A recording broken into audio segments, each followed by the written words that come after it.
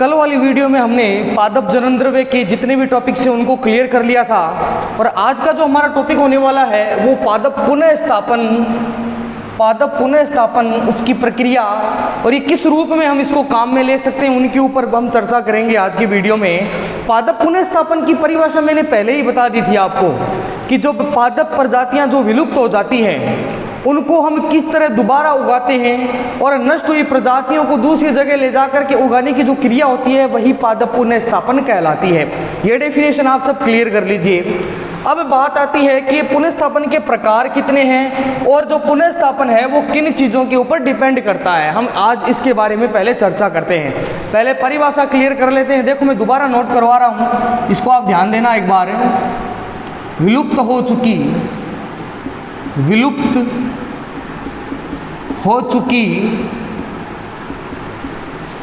पादप प्रजातियों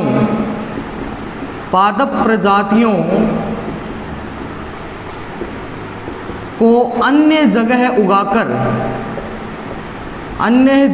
पर उगाकर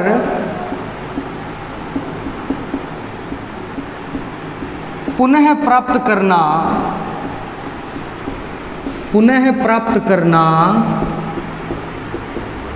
पादप पुनः स्थापन कहलाता है। पादप पुनः स्थापन कहलाता है। तो ध्यान दो वापिस इसके ऊपर।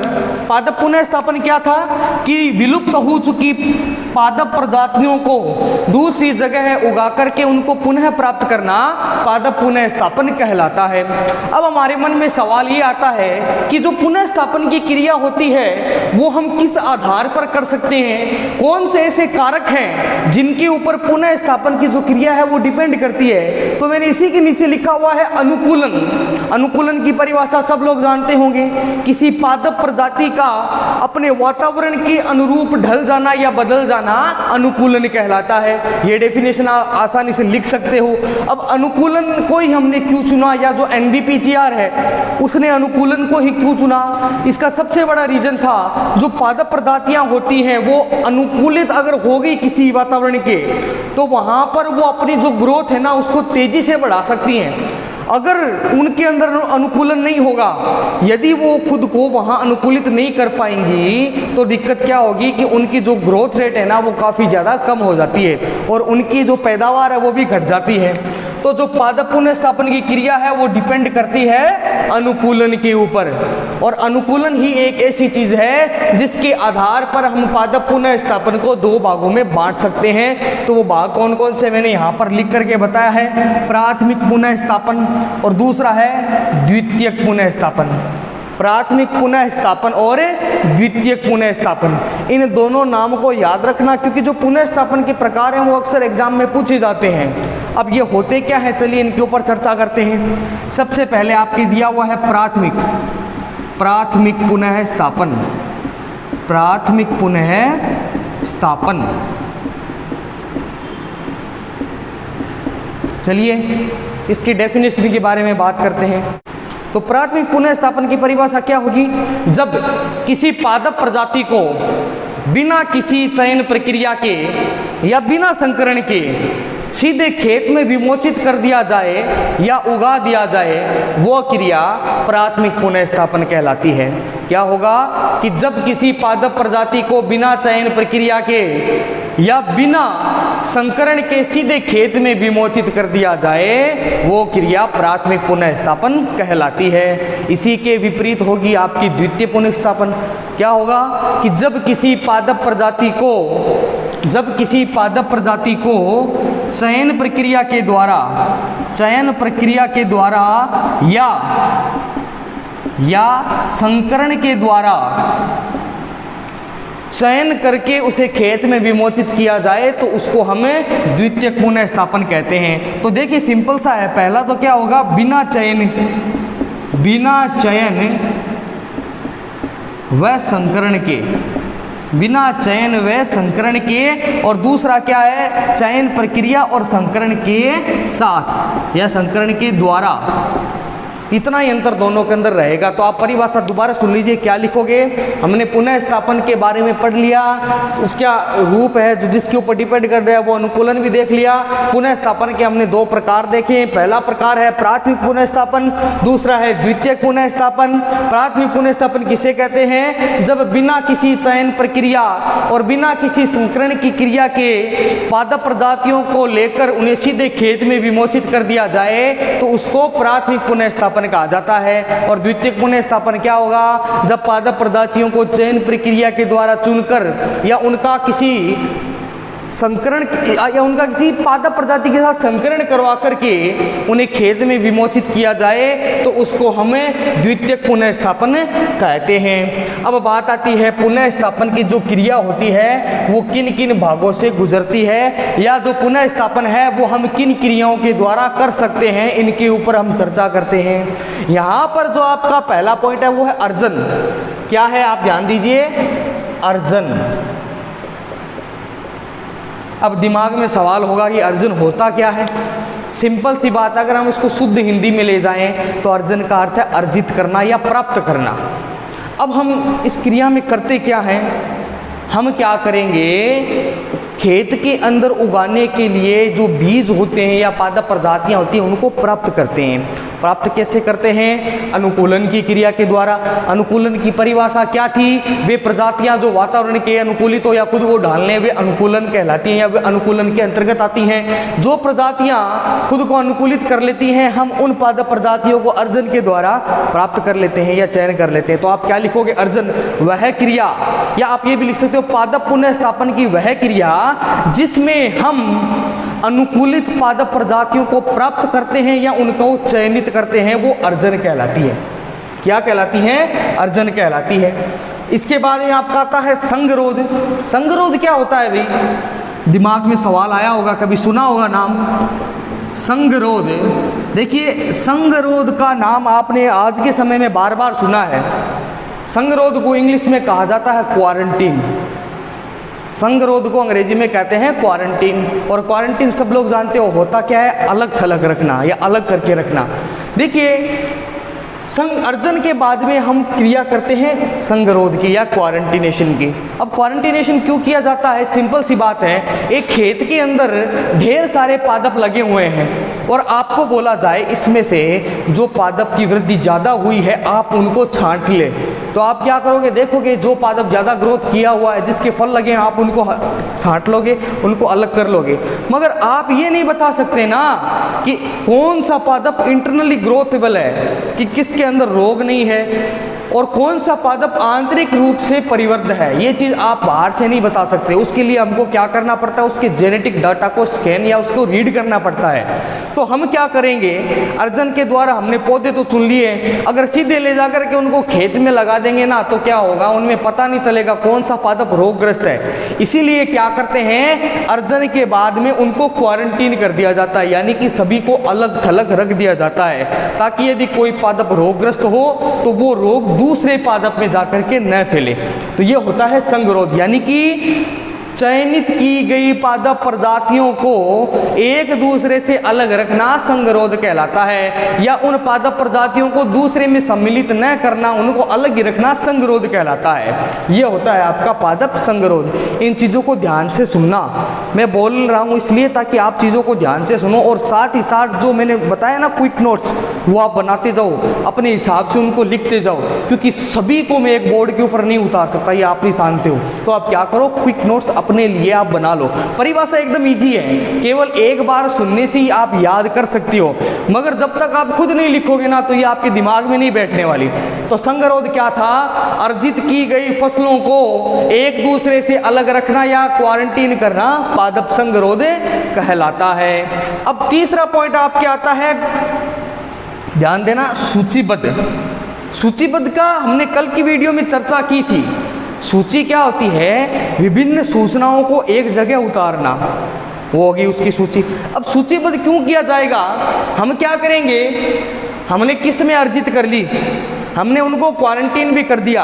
अब काम आता है उनकी डिटेल को लिखने का, यानी कि सूचनाओं को इकट्ठा करने का, उनके जेनेटिक कोड को रिसर्च करके उनके अंदर देखना कि इनके अंदर क्या क्या कमियां हैं, अगर उनमें रोग है तो वो कौन सा रोग है, पादप की ग्रोथ अगर रुकी है तो वो किन कारणों से रुकी है। ये सारा जो डाटा है वो एक जगह लिखने का काम जब किया जाए तो वो सूचीबद्ध कहलाता है, या उसको सूचीबद्ध करना कहलाता है। आप क्या लिखोगे सूचीबद्ध में, ध्यान दो, सूचीबद्ध नंबर 3 पॉइंट है, ध्यान देना भाई, सूचीबद्ध करना। आपको लिखना है अर्जित की गई किस्मों में अध्ययन के द्वारा उनकी विशिष्ट जानकारियों को एक जगह लिखना या उनका डाटा तैयार करना सूचीबद्ध कहलाता है, या सूचीबद्ध करना कहलाता है। नंबर 4 पे आता है आपका मूल्यांकन। मूल्यांकन का नाम सबने सुना है, जांचना या परखना। हम अगर शुद्ध हिंदी की बात करें वहां पर यह आएगा जांचना या चेक करना, अंग्रेजी में देखें तो मूल्यांकन में क्या होता है, जो आंकड़े आपने तैयार किए हैं, जो आंकड़े आपने तैयार किए हैं उनके आधार पर उन पौधों की जांच की जाती है। मान लो हमने एक गेहूं की किस्में ले ली, उन सभी को क्वारंटीन भी कर दिया। अब हम क्या करेंगे, देखेंगे कि कौन से में रोग है, वो डाटा सूची में तैयार हो गया, और अगर किसी में रोग मिल जाता है तो फिर उसको मूल्यांकन की श्रेणी में डाल देते हैं, यानी कि उसको जांचा जाएगा। उसके जो जेनेटिक कोड से उनके सैंपल लिए जाएंगे, ले जाकर के लेबोरेटरी में उनकी जांच की जाएगी कि इसमें कौन सा रोग है और किस टीके या किस दवाई के द्वारा इसको नष्ट किया जा सकता है। तो मूल्यांकन का काम इसीलिए ज़्यादा जरूरी होता है। फिर आता है आपका गुणन। सब लोग जानते हो गुणन क्या है, जो किस्में मूल्यांकन के बाद में पास हो जाती है या फिर जिनको सर्टिफाइड कर दिया जाता है कि इनका खेतों में ले जा सकते हैं, फिर उनके गुणन का काम होता है, यानी कि मल्टीप्लेक्शन, उनकी संख्या में लगातार बढ़ोतरी करना। गुणा सब लोग जानते हो, जब किसी पादप प्रजाति का गुणन कर दिया जाता है तो उनकी संख्या लगातार बढ़ती है। तो बढ़ाने का मुख्य उद्देश्य क्या है, ज़्यादा से ज़्यादा आबादी तक उनको पहुंचाना, तो ये होता है गुणन। वितरण क्या है, सब लोग जानते हो, किसानों तक उनको पहुंचाना, किसानों तक उनको पहुंचाना। गुणन करके संख्या बढ़ा ली और वितरण के द्वारा उन सभी पादप प्रजातियों को हमने क्या कर दिया, किसानों तक बांट दिया या पहुंचा दिया। तो ये होती हैं पुनः स्थापन की प्रक्रियाएं। दोबारा एक बार देख लो, पादप पुनः स्थापन के अंतर्गत 6 क्रियाएं रखी हैं। पहला अर्जन, यानी कि शुद्ध प्रजातियों को अर्जित करना, प्राप्त करना, या फिर जो ग्रोथेबल प्लांट सीड्स होते हैं उनको प्राप्त करना, वो अर्जन कहलाता है। सूची फिर आता है संगरोध, क्वारंटीन, यानी कि अर्जित करने के बाद में उन किस्मों को अलग थलग रख देना ताकि उनके अंदर कोई रोग है तो वो दूसरों में न फैले, वो कहलाता है पादप संगरोध। तीसरा आता है सूचीबद्ध करना, अलग की गई पादप प्रजातियों के सैंपल लेकर के उनको जांचना या उनका ऊपर अध्ययन करना या उनके जो डाटा है उनको लाइन से तैयार करना, वो होता है सूचीबद्ध। मूल्यांकन क्या होता है, तैयार की गई सूची के आधार पर पादप की जांच करना, वो कहलाएगा मूल्यांकन। गुणन क्या होता है, जो पादप प्रजातियां मूल्यांकन के बाद में सिलेक्ट हो जाती हैं या पास हो जाती हैं, उनकी संख्या लगातार बढ़ा करके उनको मात्राओं को गुणित कर देना या संख्या लगातार परिवर्तित कर देना, उनका गुणन कहलाता है। और वितरण क्या होता है, संख्या बढ़ाई गई पादप प्रजातियों को किसानों तक बांटना या पहुंचाना, उनका वितरण कहलाता है। अब जो पुनः स्थापन होता है ये हमने देख लिया किन किन प्रक्रियाओं के द्वारा पूरा होता है। ये जो क्रिया है, इस पादप पुनः स्थापन की क्रिया के लाभ क्या है वो अब हम देखेंगे। क्या बेनिफिट हैं पादप पुनः स्थापन की, तो ध्यान दीजिए। पहला बेनिफिट इसका क्या होता है, नई किस्म की प्राप्ति, नई किस्म की प्राप्ति, यानी कि ध्यान से देखना, ध्यान से देखना आप बोर्ड पे, नई किस्म की प्राप्ति। देखिए ये तो आप सब लोग जानते हो, पुनः स्थापन विलुप्त हो चुकी पादप प्रजाति को पुनः प्राप्त करने वाली क्रिया है। अब देखिए नई किस्म का अर्थ क्या है यहाँ पर, कि जो प्रजाति हमने खो दी है, पुराने समय में हमने उसको खो दिया है, उसको हम क्या करते हैं, इस क्रिया के द्वारा पुनः प्राप्त करते हैं, जिससे क्या होता है, एक नई किस्म हमारे लिए बन जाती है। कई बार क्या होता है, जब जेनेटिकली कोई जो गुणसूत्र होता है प्लांट का वो बदल जाता है, वो हैप्लॉइड हो जाता है या खुद को अब डाइवर्ट करके किसी और गुणसूत्र में बदल लेता है, तो उससे कोई नई किस्म बनने की भी संभावना रहती है। तो पादप पुनः स्थापन का पहला लाभ क्या होगा कि इस प्रकार की क्रिया के द्वारा हम पादपों में नई किस्म को भी प्राप्त कर सकते हैं। पर यह नहीं है कि 100 में से 100% आपको वो नई किस्में मिलेंगी, कई बार क्या होता है वो नष्ट भी हो जाती हैं। तो दोनों चीज़ें ध्यान में रखनी पड़ती है, पर ये लाभ है तो इसको आपको लिखना पड़ेगा। नई किस्म की प्राप्ति हम पादप पुनः स्थापन के द्वारा कर सकते हैं। नंबर 2 क्या होता है, ध्यान देना इसके ऊपर है, उन्नत किस्म। उन्नत किस्म है, उन्नत किस्म जानते हो क्या भाई? उन्नत किस्म क्या होते हैं? वे किस्में जिनके सारे गुण उन्नत हों। समझ में आई बात? जिनके सारे गुण क्या हो, अच्छे हो, शुद्ध हो, जिनको आप अगर कई खेत में लगाते हो तो आपको जो पदार्थ या जो आपको प्रोडक्ट मिलते हैं, जो उत्पाद मिलते हैं वो उच्च गुणों वाले मिले, वो होती हैं उन्नत किस्में। तो हम इसके अंदर क्या लिखेंगे, ध्यान से सुनना। उन्नत किस्में वे होती हैं जिनसे बनने वाले उत्पाद या पदार्थ या पादप भी उन्नत गुण वाले होते हैं और उनसे जो फल हमको प्राप्त होते हैं वो उच्च क्वालिटी के, उच्च गुणों वाले होते हैं, वे होते हैं उन्नत किस्में। और पादप पुनः स्थापन के द्वारा आप उन्नत किस्मों को प्राप्त कर सकते हो। दूसरा पॉइंट लाभ का हो गया। फिर तीसरा आता है प्रयोगात्मक, क्योंकि रोग और कीट रोधी, रोग कीट रोधिता, ध्यान से समझना इसको। जो किस्म आप उगा रहे हो उन किस्मों में रोगों से लड़ने की क्षमता डालना, या जो कीट उन पे आक्रमण करते हैं उनको भी वो आसानी से सहन कर सकें, या जो कीट उन पे हमला करते हैं वो उनसे भी बच सकें। ये जो गुण होता है ना, वो उनका कीट रोधी और रोग रोधी गुण कहलाता है। यानी कि वो रोग के प्रति भी रोधकता रखे, कीट के प्रति भी रोधकता रखे। तो ये होते हैं कीट रोधी और रोग रोधी किस्में। और पादप पुनः स्थापन के द्वारा, पादप पुनः स्थापन के द्वारा आप रोग रोधी और कीट रोधी किस्मों को प्राप्त कर सकते हो, जो रोग से भी लड़ सकती हैं और कीट से भी लड़ सकती हैं। मगर इसका मतलब ये नहीं है कि वो जो कीटें, जो किस्में हैं उनकी कभी रोग लगेगा ही नहीं या उनको कीट खाएंगे ही नहीं। इनका अर्थ क्या है कि ये जो पादप प्रजातियां होती हैं ना, वो कुछ हद तक या कुछ एक निश्चित सीमा तक रोग और कीट से लड़ने की क्षमता रखती हैं। आगे आपका आता है प्रयोगात्मक प्रजाति। प्रयोगात्मक का अर्थ क्या है, ध्यान दो। प्रयोगात्मक, प्रयोगात्मक प्रजातियां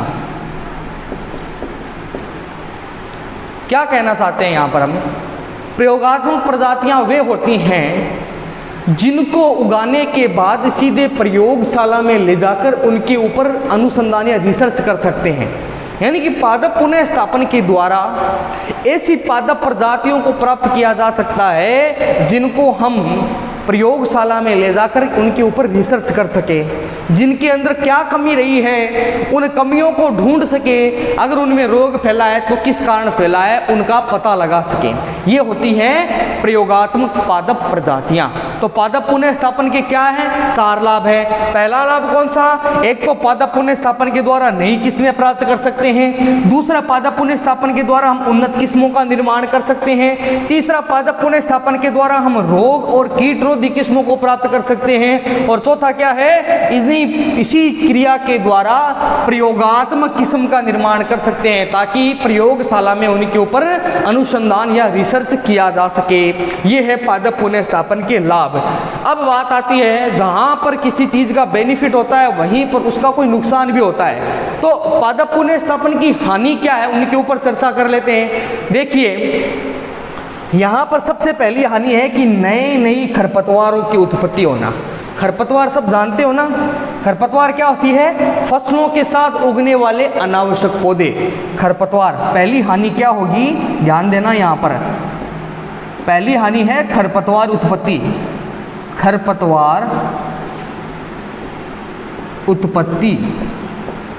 यानी कि जब पादप पुनः स्थापन के द्वारा नई पादप प्रजातियों का निर्माण किया जाता है तो उन्हीं प्रजातियों के साथ खरपतवार का भी निर्माण हो जाता है।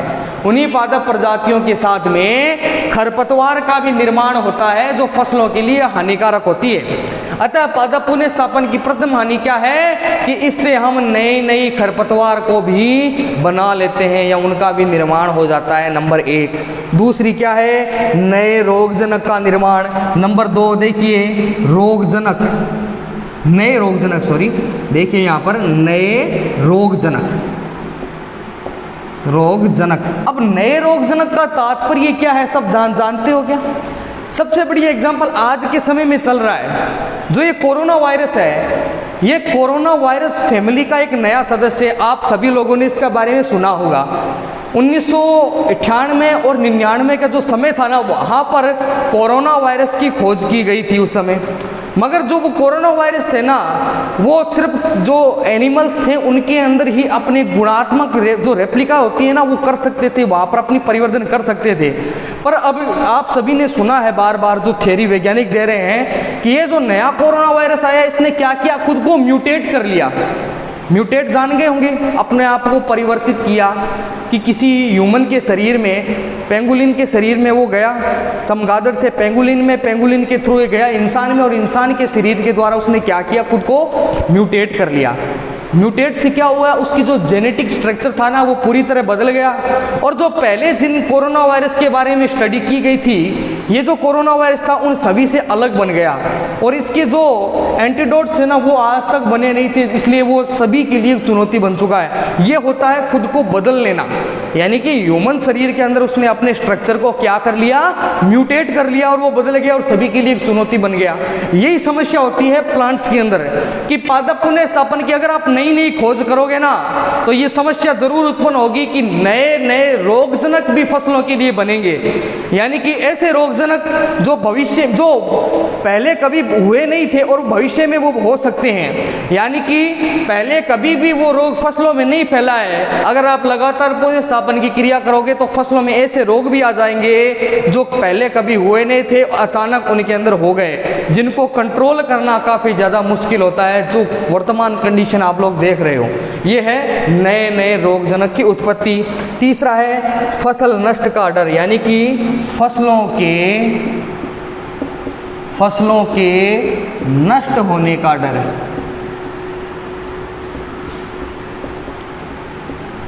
नष्ट होने का डर क्यों रहता है भाई?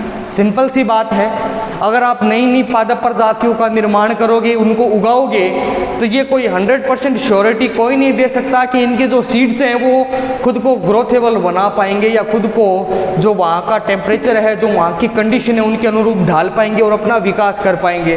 तो ये डर रहता है कि अगर आपने कोई नई पादप प्रजातियाँ बनाई हैं, वो आसानी से उग पाएंगी या नहीं उग पाएंगी।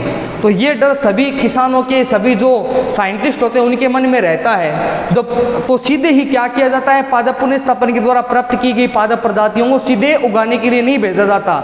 जो क्रिया मैंने बताई है ना, पहले अर्जन, फिर संगरोध, फिर सूचीबद्ध, मूल्यांकन, गुणन और फिर वितरण, ये 5 चरणों से पहले गुजरना पड़ता है ताकि ये कन्फर्म हो जाए कि ये खुद को उगा पाएंगी।